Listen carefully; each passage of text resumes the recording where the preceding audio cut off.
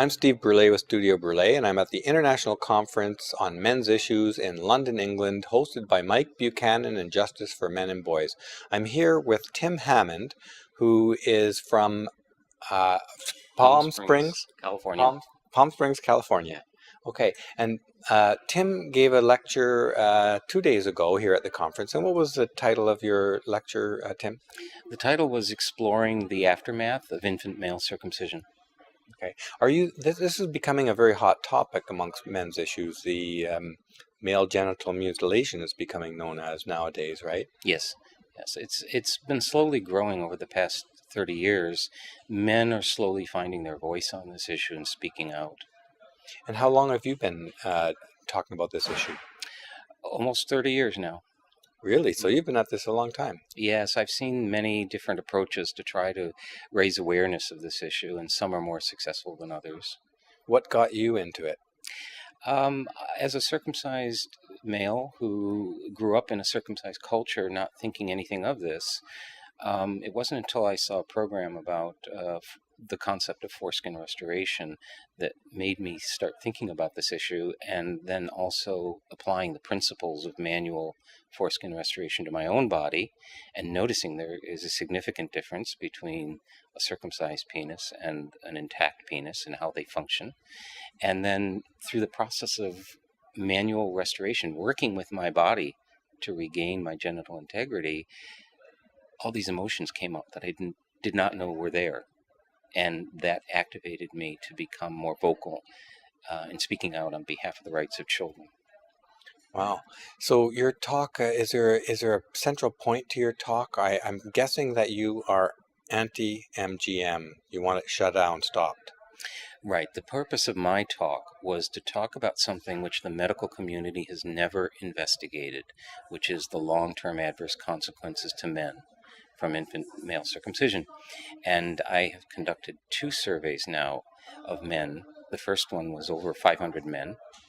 The more recent one was over 1,000 men, asking about the physical, sexual, psychological, and self-esteem consequences of surgery that these men were too young to consent to, and who eventually came to either become dissatisfied over or to resent for the damage that was done to their body. And what was the key findings of your survey?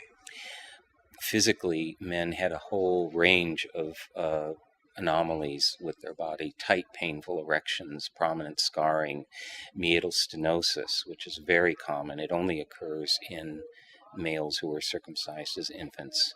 What is the meatal sclerosis? Meatal stenosis is a narrowing of the urinary opening of the penis, and that is because the head of the penis was designed to be protected by the foreskin, and when that protective covering is removed, putting that baby into diapers and the irritation from urine and feces and abrasive clothing over time irritates the urinary opening and causes it to close. I had never heard of that at all. Yeah, it's actually, there was something online with Jimmy Kimmel recently where he complained about this very problem, and it's available online to view, but he never makes the connection to the fact that this closing of his urinary opening was related to his circumcision. And so it is quite common, and many boys need to have a surgical correction called a meatotomy to surgically reopen the urinary opening. Interesting.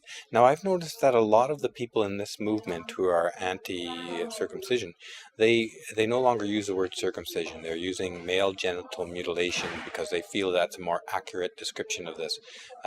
Why do you not use that term, or do you prefer circumcision for some reason? It depends on the venue. Mutilation is a very personal term. If a man feels mutilated, I honor that. But when I'm speaking professionally, I use the term that people are familiar with, circumcision, or more and more people in the movement are using the term genital cutting, because it's a neutral term that allows people to hear what you have to say without turning them off to terminology like mutilation. Suffice it to say that most men in North American culture, where circumcision is still widespread, a lot of circumcised men do not call themselves mutilated. But on the African continent, most of the circumcised women over there do not call themselves mutilated either. They use the term circumcision in their own vernacular. Mutilation is a term that Western media, Western feminists have imposed on those cultures. And so mutilation, as I said earlier, is a very personal term, and it depends on the venue in which I'm speaking, which term I use. And sometimes I use them interchangeably. Right. Okay, that's a good explanation. Intuitively, it seems to me that the anti-female genital mutilation movement has a lot appeals to emotionally partly because of the word mutilation in there, and I'm wondering whether this would have the same effect of raising the concern of this issue just because of the word. Well, it does. I mean, by pushing people's buttons, so to speak, by calling male circumcision male genital mutilation, which in effect it is. It's removal of a perfectly healthy, functional body part without the consent of the individual. In purely abstract terms, it is mutilation. And yet, when you're in a circumcising culture and you use that term, it pushes people's buttons.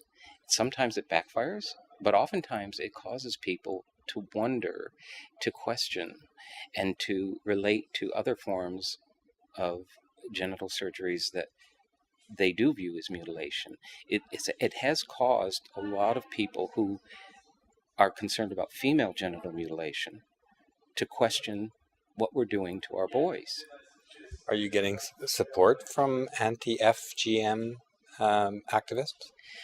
Not on the formal organizational level, but in private conversations, there are individual circumcised women themselves who are on board with this issue, who say the boy's cut is cut too. People like filmmaker Soraya Mireille, who made a film called Fire Eyes. Fuambai Amadou is a prominent campaigner. She's on board this issue as well. But organizationally, most of these organizations in the West are run by uncircumcised women, and they have their own political agenda. And it has been a political decision not to try to confuse the public with male circumcision and female genital mutilation. And so they typically don't want to come on board with this issue because it's not to their advantage in their own agenda. They don't want to distract from their agenda. They think it's a distraction instead of it's a mutual interest. Right, and that was a political decision that was made by the World Health Organization also, that in the beginning of this movement against female genital cutting, it was called female circumcision. But they felt that for political reasons, circumcision carried too much of a positive connotation in the minds of Westerners, that it was a valid, acceptable, hygienic, non-invasive, non-damaging procedure. But in order to get funding, to rile up public attention on the subject, it was a political decision that was made at a conference in the 1980s to start calling it female genital mutilation. Did that move work in increasing their funding? Clearly. So how does the World Health Organization feel about the terminology of male genital mutilation? This is an interesting position. There are no formal programs that I'm aware of in the world to promote female genital cutting or intersex genital cutting, which is another form of mutilation. But there are formal programs to promote male genital cutting by the World Health Organization and UN AIDS as an alleged HIV prevention strategy. And so they don't refer to it as mutilation because it goes contrary to their agenda of promoting male genital cutting. So they're the enemy. They are not certainly our allies, that's for sure. We would like to work closely with them to protect all children, because the people who are working against male genital cutting believe strongly in a concept called genital autonomy. We're not against all circumcision. If a man chooses a circumcision as an adult and he wants that, with fully informed consent, or for that matter, if a woman wants it, fine, that's their autonomous decision. But to impose this on children, boys, girls, or intersex, is not only a violation of their genital autonomy, it's a violation of their bodily integrity and their religious freedom and their eventual self-determination. But at the bottom line, the World Health Organization doesn't recognize male circumcision as mutilation, and not only that, they promote it in certain parts of the world. Yes, in Africa, there's something called the Voluntary Male Medical Circumcision Program, which to date, I believe, has coerced intact men to submit themselves to circumcision, over 6 million African men. But there are inklings of a movement growing in Africa to counter that, because they're being offered food coupons and all kinds of little bribes to get circumcised, and men are not responding as positively as the World Health Organization had hoped. And now the problem, which I believe is a very insidious problem, is, well, they can't convince men to voluntarily get circumcised, so let's push it down to the childhood level and the infant level and just impose it on them. The World Health Organization is doing that? They are working on programs to lower the age and transform it from a voluntary male medical circumcision program to basically what we do in the West here, is we just impose it on our babies. So the World Health Organization is your enemy. They're against your motives. They have diametrically opposite goals in this area than you do. Well, I don't view the world as in terms of enemies. I look at everybody as a potential ally. They just haven't woken up to the issue yet. I think it's counterproductive to view the world in terms of enemies. It's like a stranger is just a friend you haven't met yet. I'm being a bit you're being deliberately provocative. facetious and provocative. Yes, I know. Because they really are. Their goals and their actions are against your motives. So clearly they don't agree with your view of circumcision as a mutilation. No, they don't see it that way yet, but there are forces within the United Nations and with the International Committee on the Rights of the Child that have recognized male circumcision, right along with female genital mutilation and intersex surgeries, as violence against children. So there is progress being made.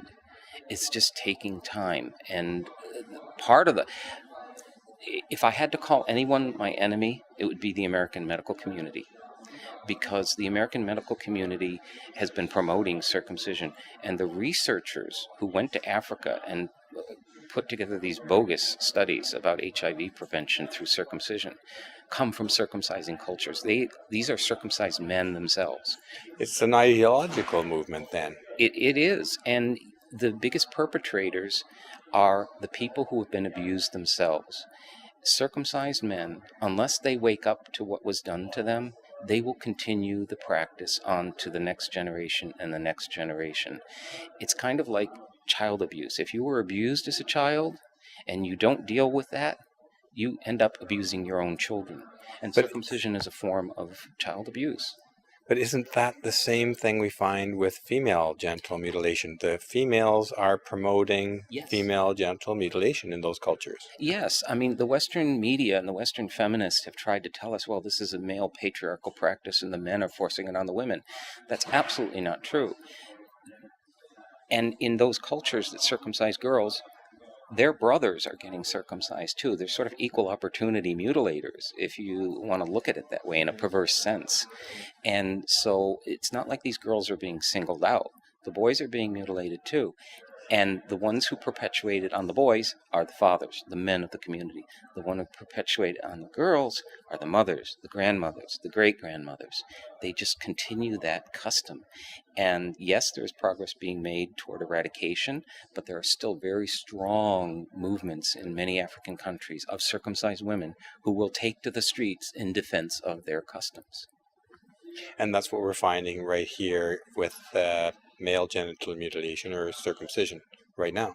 Yeah, it's a strong emotional component and a psychological component that I really believe deserves more research into why, when you're presented with the facts of the important functions and benefits of the male foreskin and the harm of circumcision, that people still will impose it on their children, both mothers and fathers. And it's an emotional component that doesn't always respond to rational educational efforts. Well, Tim, thank you very much. This has been a fascinating discussion for me, and I think for a lot of our viewers. And it's an issue that's growing concern for a lot of viewers and people within the men's rights organization. Your talk, please have a look at Tim's talk when it becomes available online at the International Conference on Men's Issues for Justice for Men and Boys with Mike Buchanan, and it might be on the men's Voice for Men site or here in Studio Brûlé. We're sorting out the details of where these videos will be posted, but they will be online shortly. Thanks again, Tim, for talking to me. You're very welcome, and I'd just like to give a plug for circumcisionharm.org, where people can review the statistics from the harm survey. Circumcisionharm.org. That's where Tim's work can be found, Yes. and the survey results. Yes, absolutely. Circumcisionharm.org. Thank you, Tim. You're welcome.